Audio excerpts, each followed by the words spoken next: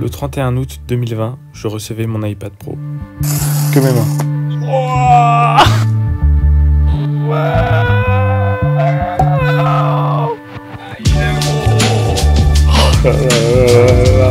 Du coup, c'est un 12,9 pouces, 128 Go que j'ai pris en gris sidéral. Et voilà, je suis très excité parce que ça va me permettre d'être créatif, pouvoir retoucher mes photos, faire des vidéos. Bref, j'étais super excité à ce moment-là, normal. En même temps, je venais de l'acheter. Mais est-ce que j'ai eu raison? Est-ce que c'est bel et bien devenu l'outil de mes rêves? L'outil indispensable dont j'avais besoin? Aujourd'hui, on est le 8 mai 2021. Ça fait à peu près 9 mois que j'ai cet iPad Pro. Et je suis confortablement installé dans un lit pour vous monter cette vidéo et vous exprimer mon retour d'expérience avec cet appareil. Je suis un créatif qui aime bien écrire des histoires, monter des vidéos, faire des dessins, retoucher des photos. Bref, en achetant cet iPad Pro, je croyais pouvoir effectuer ces activités avec facilité. Mais au final, je me suis rendu compte qu'il y a certains points sur lesquels l'iPad Pro n'est pas parfait. Et je vais t'en parler aujourd'hui. Niveau montage vidéo, l'iPad Pro n'est clairement pas parfait. D'abord parce que, ergonomiquement parlant, c'est pas très pratique. Alors du coup, quand je dis que c'est pas très pratique, et ben en fait, là, si j'ai envie de mettre des photos sur mon iPad, je suis obligé d'avoir un petit convertisseur aussi, ici, parce que là, en fait, c'est de l'USB-C. Donc du coup, il faut que j'ai un convertisseur, voilà, pour pouvoir brancher une carte SD. Donc ça, tac, je le mets là-dedans. Ensuite, ici, je prends la carte SD et je peux l'insérer ici. Voilà. Et là, je peux faire mon copier-coller sur mon iPad. Et ensuite, parce que les logiciels de montage vidéo ne sont pas encore assez développés à mon goût, il manque souvent beaucoup de fonctionnalités. Mais c'est dommage parce que l'iPad Pro a un énorme potentiel, notamment parce qu'il est très puissant. Et voilà, on peut faire du montage 4K très facilement, mais les applications ne sont pas encore assez développées. Néanmoins, je vous recommanderais quand même l'application LumaFusion, qui est l'application, je pense, la plus développée concernant le montage vidéo sur iPad Pro. Elle marche super bien. Il manque encore quelques petites fonctionnalités, mais ça se voit que les développeurs continuent à améliorer au fur et à mesure l'application, et ça c'est cool. De toute façon, vous verrez au fur et à mesure de la vidéo que c'est pas tant le hardware le problème, c'est surtout le software, parce que forcément il y a des choses que iPadOS ne peut pas faire par rapport à par exemple macOS. Clairement, écrire sur un iPad Pro, c'est pas très pratique. Et comment dire, si jamais tu as envie d'acheter le Magic Keyboard, bah c'est un peu cher quoi. Mais sinon, au niveau application pour écrire, il y a absolument tout ce que tu veux. En application pour prendre des notes, bah il y a Note, il y a Notion, il y a OneNote. Sinon, pour s'organiser et se faire des to-do list, il y a Things. Il y a aussi plein d'applications pour gérer son calendrier, etc. Donc niveau organisation et écriture, il y a vraiment de quoi faire. Alors je trouve que pour les retouches photos, l'iPad Pro est vraiment bien. Alors moi j'utilise d'habitude Lightroom et Photoshop. Donc Lightroom plus pour tout ce qui est étalonnage des couleurs, etc. Et Photoshop pour ce qui est photomontage. Donc ce qui est bien avec l'iPad Pro, c'est que l'écran est de vraiment bonne qualité, donc du coup il reflète très bien les couleurs. Mais après pour ce qui est du photomontage, etc., l'adaptation de Photoshop sur iPad Pro n'est pas terrible. Donc en alternative à Photoshop, j'ai pu tester Affinity Photo, qui pour le coup est vraiment beaucoup mieux que Photoshop sur iPad Pro. Donc voilà, j'étais un peu déçu de ne pas trouver exactement les mêmes fonctionnalités que le Photoshop dont on a l'habitude sur bureau. Voilà, donc le dessin, c'est vraiment le mieux. C'est vraiment ce que fait l'iPad Pro de mieux.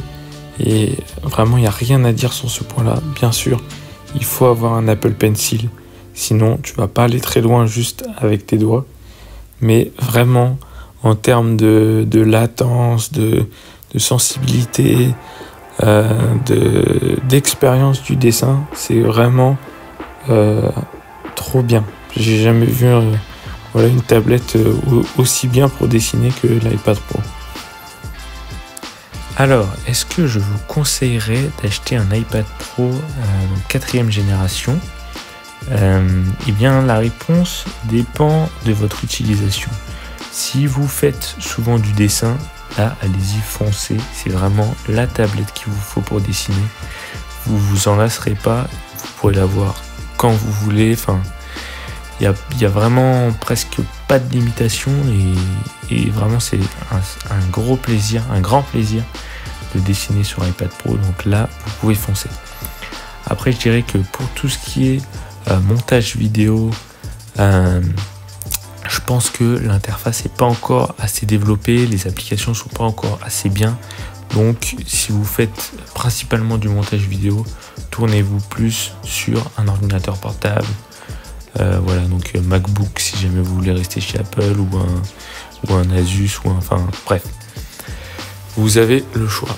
Ensuite, pour ce qui est plus de la retouche photo, franchement l'iPad Pro il est ouf. Il y a juste peut-être des retouches un peu plus poussées qu'on aimerait faire sur Photoshop ou des photomontages, voilà, pour lesquels il est un peu moins puissant.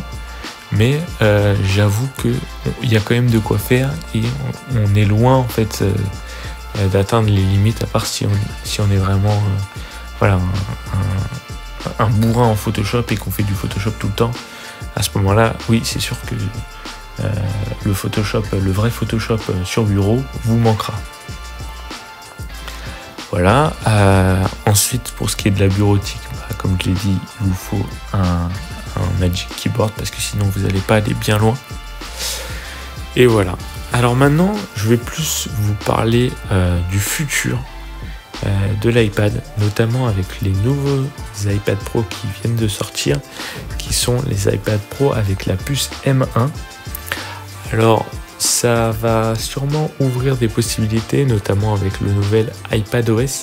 Peut-être que les applications sur Mac vont pouvoir être compatibles et on pourra peut-être un jour, par exemple, faire tourner Final Cut Pro sur un iPad.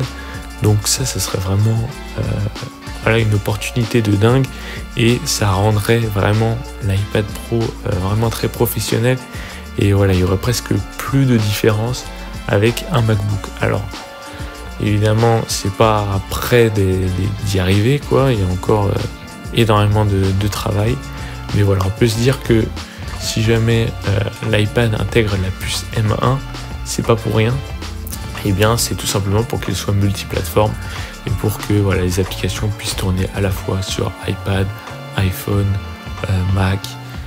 Donc, du coup, je pense que niveau software, ça va s'améliorer et voilà, dans l'optique que ça s'améliore, je pense que on peut se dire que acheter un iPad Pro, c'est finalement une bonne solution. Sachez que toute cette vidéo était exclusivement tournée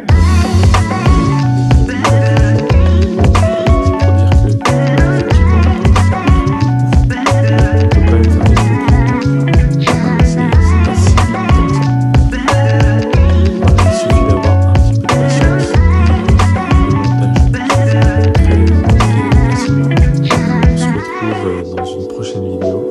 À très bientôt, c'était Joseph.